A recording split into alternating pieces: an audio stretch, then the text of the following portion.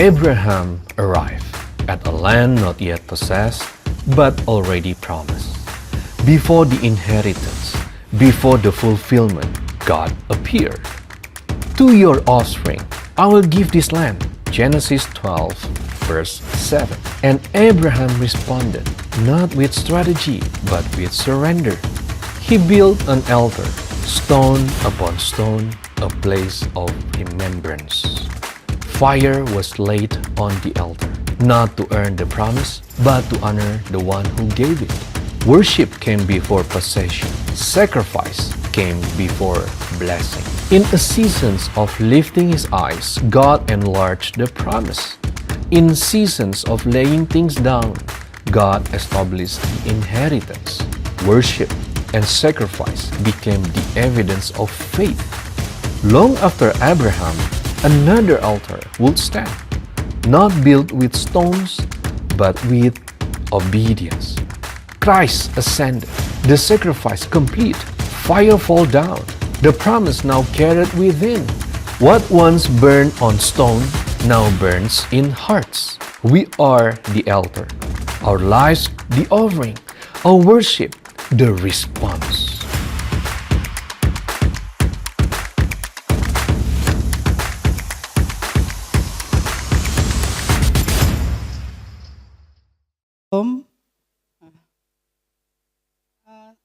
Selamat Hari Ibu untuk semua mama-mama, istri-istri yang ada di sini, untuk perempuan-perempuan yang kuat, yang hebat. I just want to let you know that you are loved and appreciated. Semua yang kita lakukan untuk anak-anak, untuk suami dan keluarga sangat dihargai. Dan percayalah, semua nggak di take it for granted oleh keluarga kita. Walaupun kadang kita ngerasa begitu. Ini speaking out loud from a full-time mom and housewife perspective. Waktu saya diminta untuk bicara oleh Pastor Tulus untuk Mother's Day ini, terus terang awalnya saya benar-benar nggak mau. Ngerasa nggak siap.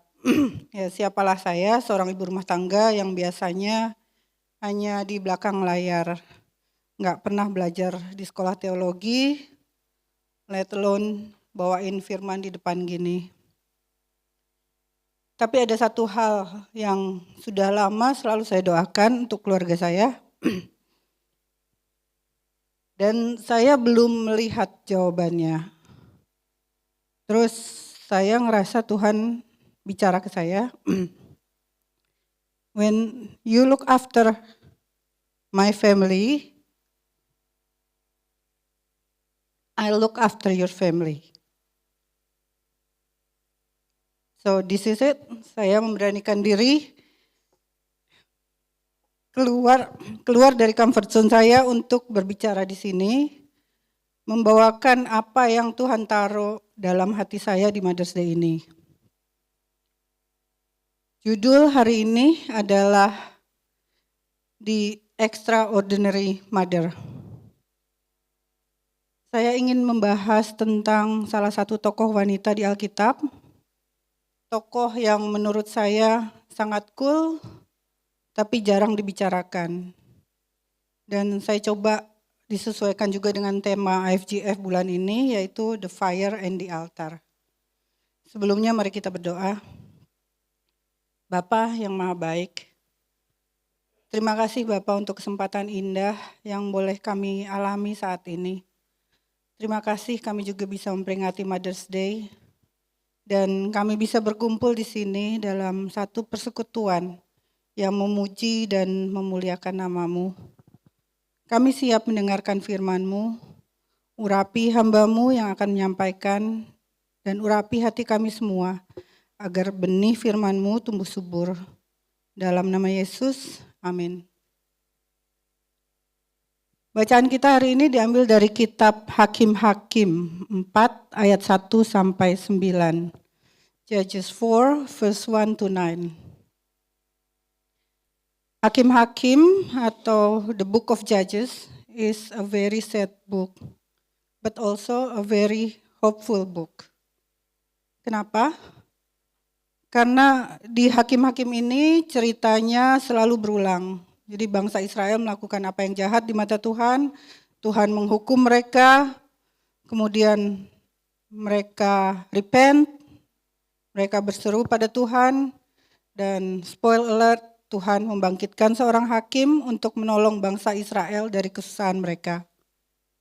Dibilang sad karena mereka sepertinya gak pernah belajar dari masa-masa lalu mereka. Waktu sudah ditolong Tuhan, udah enak, kemudian lupa. Terus waktu susah, repent lagi, nangis ke Tuhan, minta tolong lagi. Tapi Tuhan begitu baik.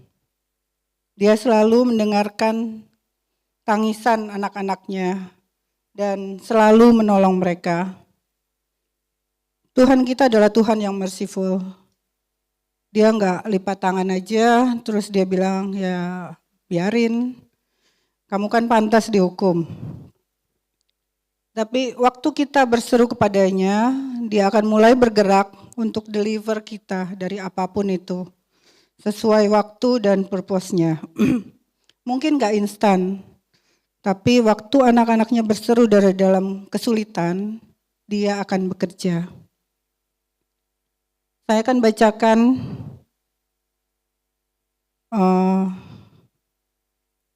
ayat 1 sampai 3. Setelah Ehud mati, orang Israel melakukan pula apa yang jahat di mata Tuhan. Lalu Tuhan menyerahkan mereka ke dalam tangan Yabin, Raja Kanaan, yang memerintah di Hazor. Panglima tentaranya ialah Sisera, yang diam di Haroset Hayogim. Lalu orang Israel berseru kepada Tuhan, sebab Sisera mempunyai 900 kereta besi, dan 20 tahun lamanya ia menindas orang Israel dengan keras. Ehud yang dikatakan di sini, dia adalah hakim Israel yang kedua. Dikatakan setelah dia meninggal, orang Israel melakukan lagi apa yang jahat di mata Tuhan. Dan Tuhan izinkan bangsa Israel ditindas oleh bangsa Kanaan selama 20 tahun. 20 tahun itu bukan waktu yang sebentar ya.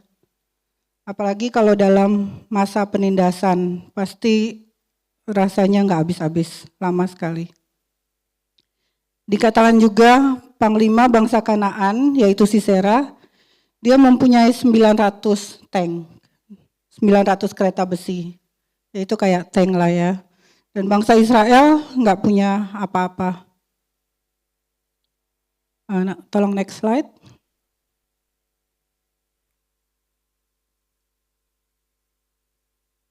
Pada waktu itu, Deborah, seorang nabiyah, istri Lapidot, memerintah sebagai hakim atas orang Israel. Ia biasa duduk di bawah pohon korma Deborah, antara Rama dan Betel di pegunungan Efraim. Dan orang Israel menghadap dia untuk berhakim kepadanya. Ada gambarnya, mungkin kira-kira seperti inilah, Deborah duduk di bawah pohon kurma, kemudian orang-orang Israel datang, kalau ada masalah dia akan memecahkan masalah mereka, akan jadi hakim atas mereka. Dalam Alkitab pohon kurma itu melambangkan kebenaran, kekuatan, kesetiaan, dan kehidupan yang berbuah. Seringkali digambarkan tumbuh subur di padang gurun. Pohon kurma ini seperti office-nya Deborah lah ya. Dia duduk di bawah pohon kurma. Ini tempat umum yang gampang diakses oleh orang-orang. Dia ke sana untuk mengajar, untuk menyelesaikan perselisihan. Ini menunjukkan bahwa ibadahnya terkait dengan tanggung jawab dan pelayanannya sehari-hari. Sekarang mari kita membahas siapa Deborah itu. Bisa tolong balik ke slide sebelumnya.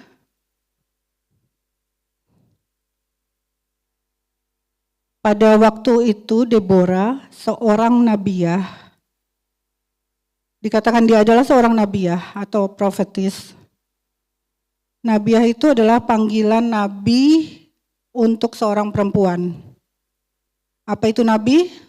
Nabi adalah orang yang mendengar dari Tuhan dan meneruskan apa yang didengarnya kepada umat Tuhan. Ini dibedakan dengan priest ya, atau imam. Kalau imam itu dia berbicara dari umat, dia bawa ke Tuhan. Kalau nabi apa yang dia dengar dari Tuhan, dia sampaikan kepada umat Tuhan. Di slide yang berikut, sesudah gambar, tolong. Ibrani 1 ayat 1, setelah pada zaman dahulu Allah berulang kali dan dalam pelbagai cara berbicara kepada nenek moyang kita dengan perantaraan nabi-nabi. Jadi zaman dulu Tuhan selalu berbicara melalui perantara nabi-nabi. Dia tidak berbicara langsung kepada umatnya, tapi dia melalui nabi yang sudah dipilih sendiri oleh Tuhan. Jadi zaman perjanjian lama tidak semua orang bisa mendengar suara Tuhan. Hanya nabi-nabi yang bisa. Di sini kita membahas tentang seorang wanita yang sangat dekat hubungannya dengan Tuhan. Bukan cuma Deborah yang bisa punya hubungan dekat banget dengan Tuhan. Tapi wanita-wanita di sini pun kita semua, karena ini Mother's Day jadi saya menekankan ke ibu-ibu, tapi sebetulnya ini berlaku untuk kita semua. Kita semua bisa punya hubungan yang dekat sekali dengan Tuhan, seperti Deborah ini. Kita bisa mendengar suara Tuhan. Coba kita pikirkan dampaknya untuk anak-anak kita, untuk keluarga kita, kalau kita punya hubungan yang dekat dengan Tuhan. Ada salah satu quotes terkenal dari Abraham Lincoln tentang ibu yang takut akan Tuhan. Itu, no man is poor who has a godly mother. Secara mendalam, quote ini berarti bahwa kekayaan sejati tidak diukur dari uang, melainkan dari warisan iman, dari moral dan kasih sayang dari seorang ibu yang takut akan Tuhan. Next. Key aspects of a godly mother. Yang pertama, spiritual wealth over material wealth.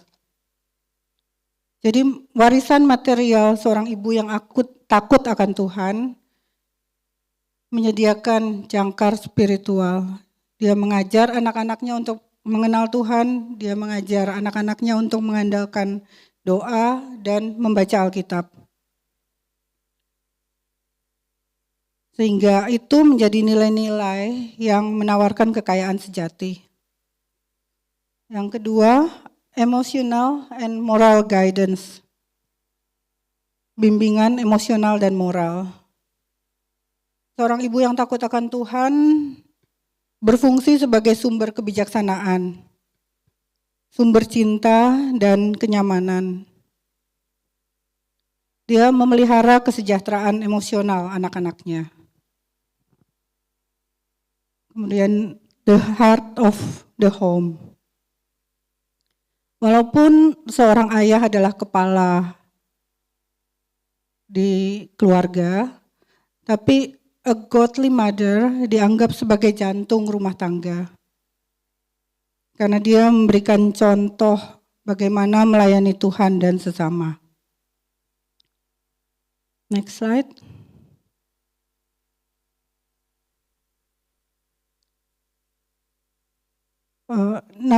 Deborah dikatakan juga adalah istri Lapidot. Jadi sesudah Nabiah dia dikatakan istri Lapidot. Menurut saya kata-kata istri Lapidot ini menarik. Kenapa? Karena ada 2 pasal yang menulis tentang Deborah di Hakim-Hakim 4 dan Hakim-Hakim 5. Tapi nama Lapidot hanya muncul sekali ini saja. Kenapa enggak ditulis suaminya Deborah namanya Lapidot. Toh Lapidot ini bukan siapa-siapa, cuma seorang laki-laki yang kebetulan menikah dengan a very cool woman yang namanya Deborah. But the fact that it is written like this menandakan bahwa dia tahu posisinya. Setinggi apapun jabatannya, dia tahu posisinya sebagai seorang istri. Dia respect ke suaminya. Dia menghormati suaminya. Dan dia menghormati Tuhan dengan cara dia menghormati perjanjian yang dia buat dengan suaminya. Next. Seperti tertulis dalam Efesus 5 ayat 22 sampai 23. Hai istri, tunduklah kepada suamimu seperti kepada Tuhan. Karena suami adalah kepala istri, sama seperti Kristus adalah kepala jemaat. Dialah yang menyelamatkan tubuh. Untuk wanita-wanita di sini, untuk ibu-ibu di sini, mungkin kita lebih pintar, lebih banyak talenta, atau lebih tinggi pendidikan dan penghasilannya dari suami kita. Mungkin ada ibu-ibu yang sekolah di New Zealand dan jadi pemegang visa utama. Dan suami hanya ikut visa kita. Kita bisa dibilang lebih kompeten, high skilled dibanding suami kita. Tapi di rumah, jangan kita menempatkan diri sebagai pemimpin otoritas tertinggi. Mari kita belajar dari Deborah. Di Israel saat itu, dia adalah orang dengan posisi tertinggi. Dia hakim dan dia juga nabiah. Tidak ada hakim lain yang juga seorang nabi di Israel pada saat itu. Dia satu-satunya.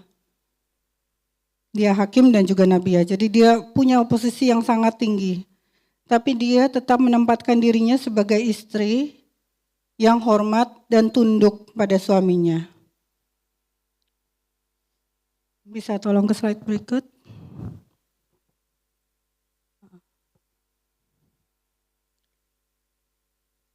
Ia, jadi di sini Deborah, memanggil Barak bin Abinoam dari Kades di daerah Naftali, lalu berkata kepadanya, bukankah Tuhan Allah Israel memerintahkan demikian?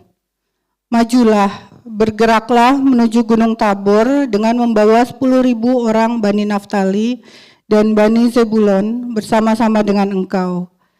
Dan aku akan menggerakkan Sisera, panglima tentara Yabin dengan kereta-keretanya dan pasukan-pasukannya menuju engkau ke sungai Kison dan aku akan menyerahkan dia ke dalam tanganmu. Ingat ya, tadi dikatakan Deborah adalah seorang nabiah. Jadi di sini dia menyampaikan ke Barak apa yang sudah Tuhan katakan kepadanya. Tapi kita lihat jawaban Barak di ayat ke-8. Jawab Barak kepada Deborah, jika engkau turut maju, aku pun maju. Tetapi jika engkau tidak turut maju, aku pun tidak maju. Seharusnya ya, Barak waktu dikatakan oleh Deborah, Tuhan berfirman seperti ini, dia akan menyerahkan Sisera ke dalam tanganmu, dia akan menyerahkan tentara-tentaranya dan senjata-senjatanya. Seharusnya Barak semangat waktu Deborah kasih tahu apa yang sudah Tuhan katakan. Karena apalah artinya 900 tanknya Sisera dan tentara-tentaranya. Sebab Tuhan berjanji Tuhan yang akan berperang untuk mereka. Jadi kemenangan itu udah pasti di tangan mereka. Kemudian ayat 9. Kata Deborah, baik aku turut.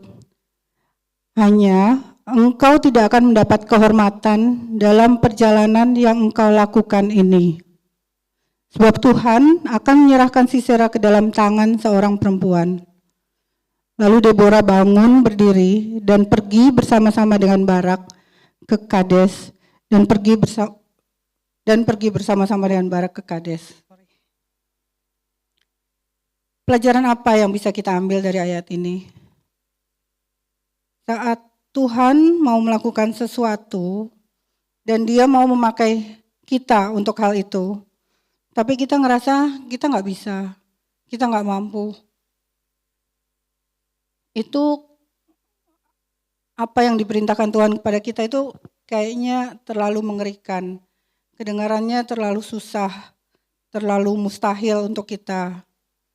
Terus kita bilang, enggak lah Tuhan, jangan aku, orang lain aja.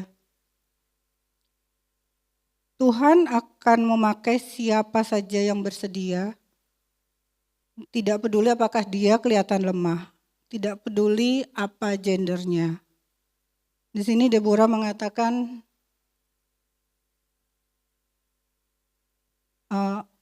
engkau tidak akan mendapat kehormatan dalam perjalanan yang engkau lakukan ini. Sebab Tuhan akan menyerahkan Sisera ke dalam tangan seorang perempuan. Kalau kita baca terus di Hakim-Hakim 4:5 ini cerita tentang Deborah, ada seorang perempuan lain namanya Yael, dia yang akhirnya membunuh Sisera. Dia bukan siapa-siapa tapi dia yang membunuh Sisera. Jadi Barak tidak mendapat nama dari kemenangan ini. Kalau Tuhan mau melakukan sesuatu, gak ada satupun yang bisa menghentikan rencana Tuhan. Terus kita yang gak bersedia dipakai Tuhan, kita akan kehilangan kesempatan untuk jadi instrumennya Tuhan. Tapi ada sesuatu lagi yang menarik. Next slide. Di Ibrani 11 ayat 32 dikatakan, dan apakah lagi yang harus aku sebut? Sebab aku akan kekurangan waktu apabila aku hendak memberitakan tentang Gideon, Barak, Simson, Yefta, Daud, dan Samuel, dan para nabi. Di situ disebutkan nama orang-orang yang karena iman sudah menaklukkan kerajaan-kerajaan, sudah mengamalkan kebenaran, dan sudah memperoleh apa yang dijanjikan. Perhatikan ya, nama Barak yang disebut di situ, bukan Deborah. Ya benar, akhirnya Barak mau maju, tapi dia akhirnya memimpin militer Israel untuk menaklukkan bangsa Kanaan. Menaklukkan Sisera dengan 900 tanknya. Tapi itu semua terjadi sesudah Deborah mendorong dan mensupport Barak. Saya percaya di balik every good man, there's good woman who supports him. Entah itu seorang ibu, seorang istri, seorang anak, kakak, adik, bahkan teman sekalipun yang selalu cheering on him, mendoakan dan be there for him.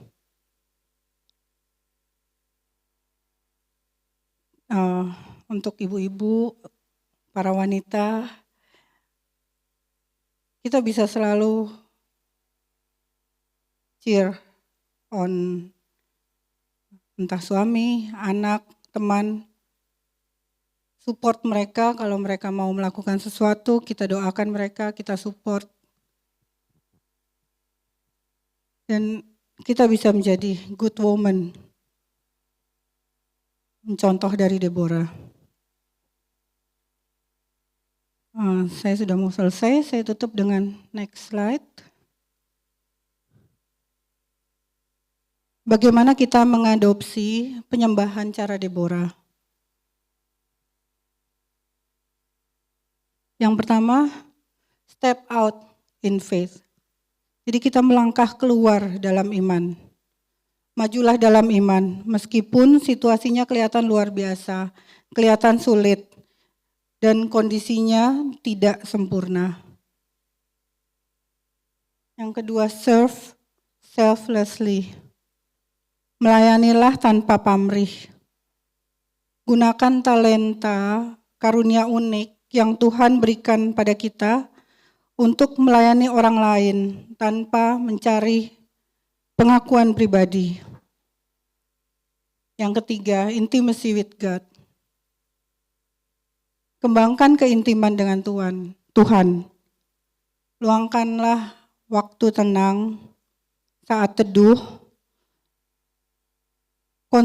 konsisten dalam ketaatan pada firman-Nya. Karena pada saat kita meluangkan waktu dekat dengan Tuhan, kita bisa mendengar suara Tuhan. Kita bisa mengenal suara Tuhan. Yang keempat, be a mother or father. Jadilah ibu atau ayah di lingkup kita.